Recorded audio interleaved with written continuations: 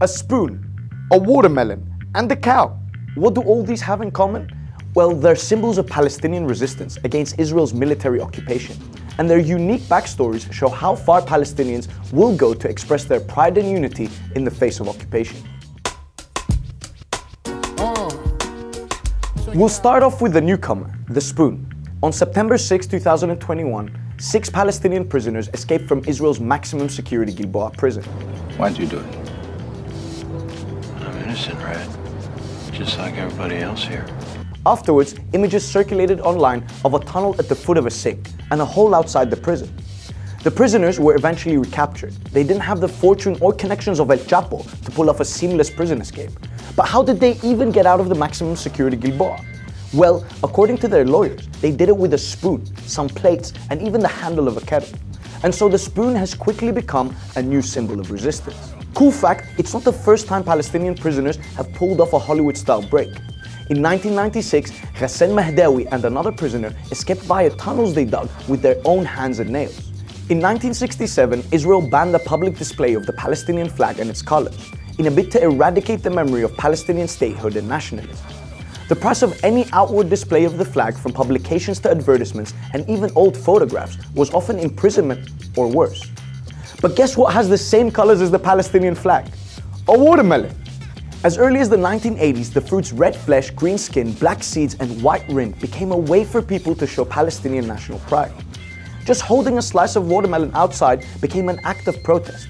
And eventually, occupying forces started arresting civilians simply for carrying pieces of watermelon.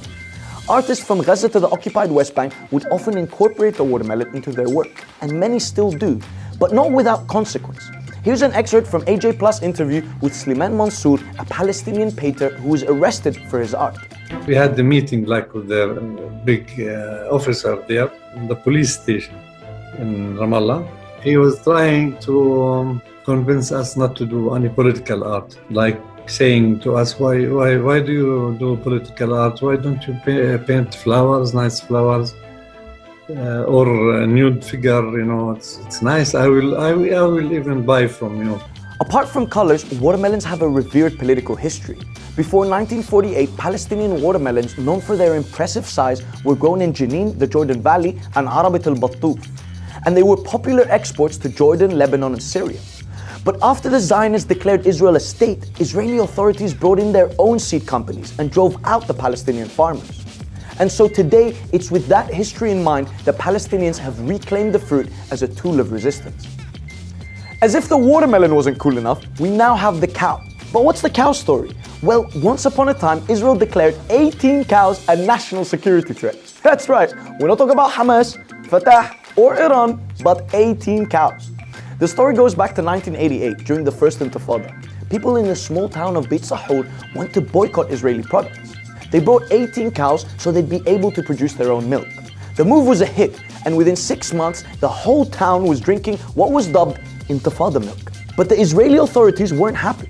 They sounded the security alarm and went on a cow hunt. Palestinians delivered the milk at night and kept moving the cows to evade the Israeli army.